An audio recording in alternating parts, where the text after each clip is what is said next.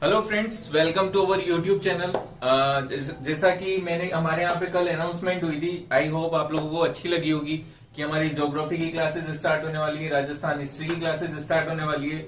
हर चीज में आपके लिए हम बहुत कुछ करने के प्रयास कर रहे हैं और मैं लेकर आया हूँ आज के नए करंट अफेयर्स के साथ, जिसमें देश की सबसे बड़ी खबर है। आज की क्या सबसे बड़ी खबर है? ये कि हमारे प्राइम मिनिस्टर नरेंद्र मोदी जो कि 8 बजे आज लाइव आने वाले हैं, जो कि लॉकडाउन के चलते हुए देश को संबोधित करने के लिए आज रात को 8 बजे वो लाइव आने वाले हैं। तो इसी प्रकार ये हमारे आज की सबसे बड़ी खबर है। इसके बाद हम बढ़ते हैं हमारी अगली न्यूज की तरफ। तो अब हम बढ़ते हैं हमारी अगली न्यूज की तरफ, जो कि है कावेरी नदी से related Kaveri water management authority, जिसको अगर हम हिंदी में बात करते तो कावेरी जल प्रबंधन प्राधिकरण। इसे ऑफिशियली यानी आधिकारिक तौर पर क्या कर दिया, किस जल शक्ति मिनिस्ट्री यानी जल शक्ति मंत्रालय के अधीन ला दिया, यानी अंडर ऑफ द किसके, जल शक्ति मिनिस्ट्री के अब ये प्राधिकरण आएगा। जैसे कि आपको पता होगा कि हमारे जल शक्ति मिनिस्ट्री जो भी है उसके मिनिस्टर कौन है, गजेंद्र सिंह शेखावत।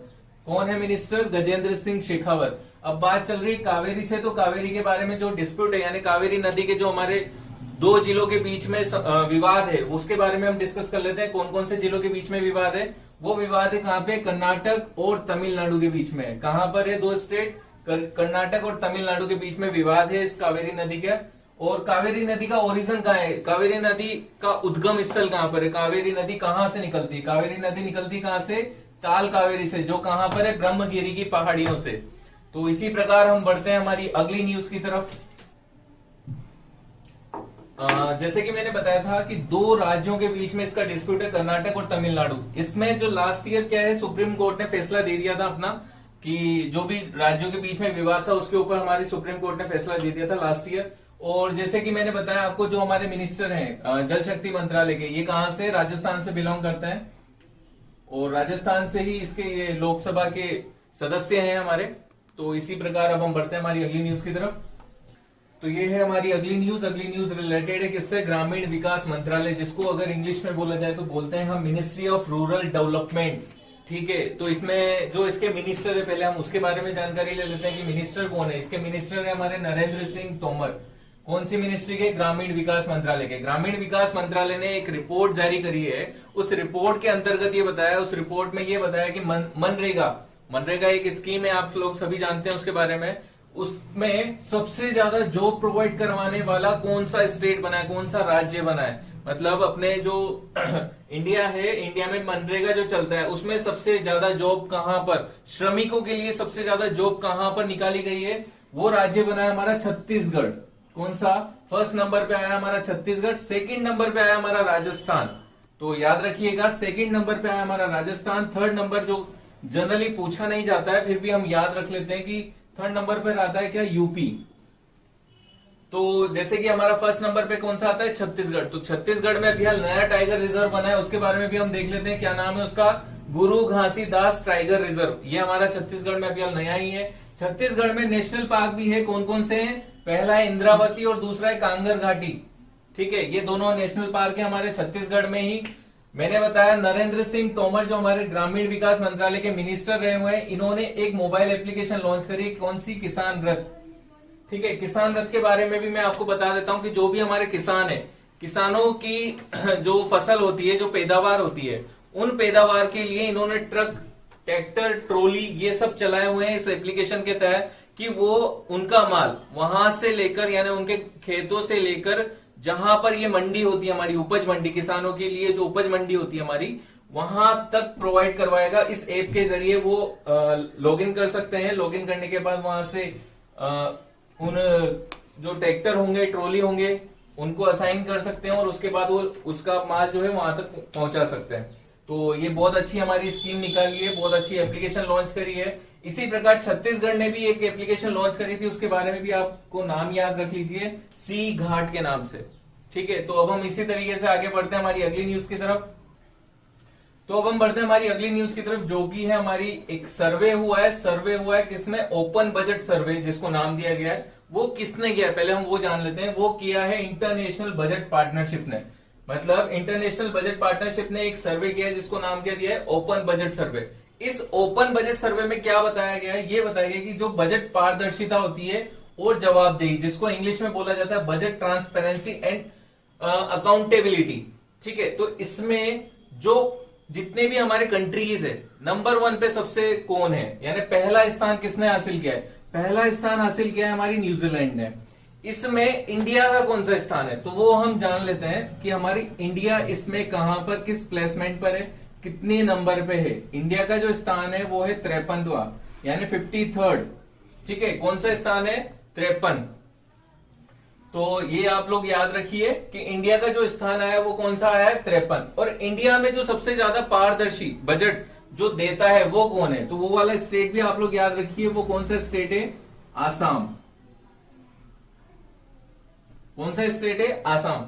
अब आप ये याद रखिए कि बजट पारदर्शिता क्या होती है, तो एक बार हम वो भी देख लेते हैं। जो अपना जो बजट दिखाया जाता है, यानी बजट सुनाया जाता है, वो बजट को एकदम ट्रांसपेरेंट यानी एकदम पारदर्शी तरीके से कौन देता है, तो वो चीज होती है ये हमारी बजट ट्रांसपेरेंसी और ये सब कुछ। तो वो हुआ है, इंडिया का कौन सा रैंक आई है, इंडिया की जो रैंक आई है, इंडिया का जो नंबर आया है वो है 53वां नंबर है, और पहले नंबर पे कौन है, न्यूजीलैंड, याद रखिएगा। तो इसी प्रकार हम बढ़ते हैं हमारी अगली न्यूज पे। तो अब हम बढ़ते हैं हमारी अगली न्यूज की तरफ, जो कि रिलेटेड है किससे, आंतरिक विस्थापन निगरानी केंद्र, इसको बोला जाता है आईडीएमसी, मतलब इंटरनल डिस्प्लेसमेंट मॉनिटरिंग सेंटर, ठीक है। तो इसके अकॉर्डिंगली इंडियंस के लिए बताया गया है कि इंडिया में जो कि इंडियंस है, जो कि हमारे इंडियंस है, उनमें जो डिजास्टर हुआ था इंडिया में जो आपदा आई थी, किस टाइप की, जो कि हमारे नेचुरल डिजास्टर होता है, साइक्लोन जैसे चक्रवात या फ्लड, बाढ़, यानी इन आपदाओं के आने से, यानी चक्रवात और बाढ़ के आने से जो भी हमारे इंडियंस को परेशानी हुई थी, कुछ इंडियंस ने अपने घर छोड़कर दूसरी जगह पे विस्थापन किया था, दूसरी जगह उनको शिफ्ट होना पड़ा था। तो वो लगभग कितने थे, ये जो हमारी मॉनिटरिंग हुई है, यानी आईडीएमसी ने जो एक रिपोर्ट निकाली है उसके तहत वो लगभग इंडियंस कितने थे, 50 लाख इंडियंस को विस्थापन करना पड़ा था, शिफ्ट होना पड़ा था। किसके कारण, साइक्लोन आने के कारण या फिर बाढ़ आने के कारण, यानी चक्रवात आने के कारण या फिर बाढ़ आने के कारण जो हमारे 50 लाख इंडियंस है उनको शिफ्ट होना पड़ा था, मतलब 5 मिलियन इंडियंस को शिफ्ट होना पड़ा था। तो कई सारे इंडिया में कई सारे चक्रवात आए, कई सारे बाढ़ आई, उसके बारे में भी हम डिस्कस बाद में कर लेंगे, क्योंकि सभी के बारे में डिस्कस नहीं कर सकते हैं। कुछ इंटरनेशनल साइक्लोन जो आए थे, यानी ये जो रिपोर्ट आई थी ये किसके अकॉर्डिंग है, 2019 के अकॉर्डिंग, यानी 2019 में जो चक्रवात और जो बाढ़ आई थी उसमें 50 लाख इंडियंस को शिफ्ट होना पड़ा था। तो 2019 में जो इंटरनेशनल यानी अंतरराष्ट्रीय चक्रवात आए थे उसके बारे में हम बात कर लेते हैं।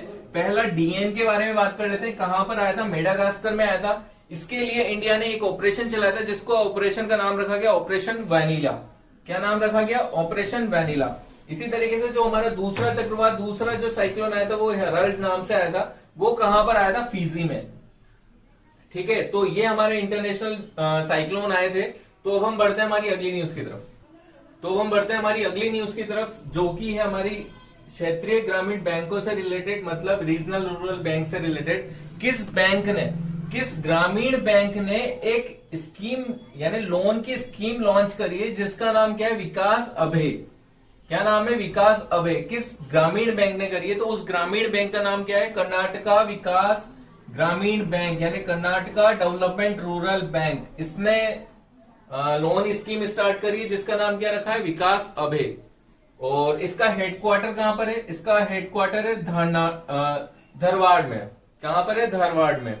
तो इसी प्रकार हम बढ़ते हैं हमारे अगली न्यूज की तरफ। जो कि है जापान से रिलेटेड। जापान को अगर देखा जाए तो जापान को जाना भी जाता है किससे, land of the rising sun के नाम से भी, यानी उगते सूरज का देश भी बोला जाता है जापान को। तो जो वहां का सर्वोच्च नागरिक सम्मान है उसको भी क्या बोला जाता है, order of the rising sun, ठीक है। ये किसी इंडियन को दिया है जो मणिपुर के, यानी मणिपुर के जो डॉक्टर हैं, थोंगजम धबाली सिंह, इन्हें, ये डॉक्टर हैं, इन्हें ये अवार्ड इससे सम्मानित किया, सर्वोच्च नागरिक सम्मान से सम्मानित किया। किससे, यानी order of the rising sun से इसको सम्मानित किया गया है। ऐसे ही आपको अगर याद हो तो इंडिया और जापान भी हमारा युद्धाभ्यास होता है, यानी एक्सरसाइज होती है, डिफेंस एक्सरसाइजेस होती रहती है। तो उसमें जो एक्सरसाइज होती है इंडिया और जापान के बीच में, वो कौन कौन सी है, तो वो देख लेते हैं हम। पहली है जैसे धर्मा गार्डियन, ठीक है। दूसरी है क्या, सहयोग काइजोंग, सहयोग काइजिंग। एक और चीज आप जापान से रिलेटेड याद रखिए कि पैसिफिक आइलैंड समिट जो कि जापान में होने वाली है, वो कब होने वाली है? वो होने वाली है 2021 में। कब होने वाली है? 2021 में। बहुत इंपॉर्टेंट न्यूज है, ये याद रखिएगा। और इसी प्रकार अगर मैं जानता हूं कि जैसा कि हम बात कर रहे थे, इंडिया का जो उड़ीसा है, उड़ीसा में भी देखा जाए तो कलिंग नगर के अंदर वहां पर एक मिशन स्टार्ट किया है। मिशन का नाम है मिशन पूर्वोदय। मिशन पूर्वोदय के नाम से एक मिशन स्टार्ट किया है। उस मिशन में ये बताया कि उड़ीसा के कलिंग नगर को स्टील हब बनाया जा रहा है। क्या बनाया जा रहा है? Steel hub. और स्टील हब जो बनाया जा रहा है, यानी इस मिशन में भी जो पार्टनर कंट्री है वो हमारी कौन सी कंट्री है? जापान। यानी इंडिया की जो पार्टनर कंट्री है वो कौन सी है? जापान। किस मिशन में? मिशन पूर्वोदय में। अब मिशन पूर्वोदय में क्या हो रहा है कि यानी उड़ीसा के कलिंग नगर को स्टील हब बनाया जा रहा है। तो इसी प्रकार हम बढ़ते हैं हमारी अगली न्यूज की तरफ। तो अब हम बढ़ते हैं हमारी अगली न्यूज की तरफ, जो कि है मैन्युलाइफ कंपनी से रिलेटेड। जैसे कि मैंने आपको बताया था, कई कंपनी दूसरी कंपनियों को मर्ज कर रही है या फिर खरीद रही है, या स्टेक्स उसमें कुछ परसेंटेज स्टेक्स खरीद रही है। तो उसी से रिलेटेड ये न्यूज है कि मैन्युलाइफ कंपनी ने भी कुछ स्टेक यानी कुछ हिस्सेदारी खरीदी है। वो कितनी खरीदी है? 49%, यानी 49% हिस्सेदारी खरीदी है। किस कंपनी में खरीदी है? महिंद्रा एसेट मैनेजमेंट कंपनी में। यानी मैन्युलाइफ कंपनी ने 49% स्टेक लिए हैं महिंद्रा एसेट मैनेजमेंट के लिए। तो अब हम बढ़ते हैं हमारी अगली न्यूज की तरफ, जो कि है ग्लेनमार्क फार्मास्यूटिकल से रिलेटेड। जैसा कि आपको पता होगा कि इंडिया के जो ड्रग कंट्रोलर जनरल है, यानी DCGI, drug controller general of India, इन्होंने मंजूरी दे दी है ग्लेनमार्क फार्मास्यूटिकल्स कंपनी को। ये कंपनी कहां की है? ये कंपनी है हमारी मुंबई की। इस कंपनी ने एक मेडिसिन बनाई है। किस चीज के लिए मेडिसिन बनाई है? कोविड-19 से रिलेटेड। यानी कोविड-19 से रिलेटेड एक मेडिसिन बनाई है जिसका नाम क्या रखा है? फेविपिरविर। क्या नाम रखा है? फेविपिरविर। तो इस मेडिसिन के लिए क्या बताया? क्लिनिकल टेस्टिंग को मंजूरी दे दी गई है। यानी कोरोना वायरस से लड़ने के लिए एक मेडिसिन बनाई है ग्लेनमार्क फार्मास्यूटिकल्स ने, उसके क्लिनिकल परीक्षण के लिए मंजूरी दे दी गई है। किसने दी गई है? डीसीजीआई में। तो ये था आज का हमारा करंट अफेयर्स, ये थी हमारी लास्ट न्यूज। अब हम बढ़ते हैं हमारे क्विजेस की तरफ, जो कि 5 क्विजेस, जैसे कि मैं आपको हर बार देता हूं, तो 5 क्विजेस अब आपके सामने मैं ला रहा हूं। तो उसके आंसर आप कमेंट सेक्शन बॉक्स में जरूर दीजिएगा। तो अब हम डिस्कस कर लेते हैं हमारी 5 क्विजेस। तो ये है हमारी क्विजेस आज की। फर्स्ट क्वेश्चन है, tenge is the currency of which country, यानी किस कंट्री की करेंसी है हमारी टेंगे, वो बतानी है आपको। सेकंड क्वेश्चन है, which country won the ICC under 19 cricket world cup, यानी ICC under 19 cricket world cup किसने जीता, किस कंट्री ने जीता, उस कंट्री का नाम बताइए, उस टीम का नाम बताइए। हाल ही में थाइपुसाम फेस्टिवल कहां मनाया गया, किस स्टेट में मनाया गया, किस राज्य में मनाया गया। फोर्थ क्वेश्चन है, which team has won the 10th hockey India senior women national championship 2020, यानी 10वीं हॉकी जो सीनियर वुमेन नेशनल चैंपियनशिप हुई थी 2020 की, वो किस टीम ने जीती। फिफ्थ क्वेश्चन है, who became the youngest girl in the world to summit mount Aconcagua, यानी जो हमारी माउंट अकानकागुआ है उसमें सबसे कम उम्र की लड़की कौन है जिसने उसकी चढ़ाई चढ़ी है। तो इन सभी के आंसर आपको देने हमारे कमेंट सेक्शन बॉक्स में। कल अगली न्यूज में हम मिलेंगे और इनके आंसर के साथ हम मिलेंगे और कई सारी नई नई न्यूज के साथ मिलेंगे। तो okay, thank you so much.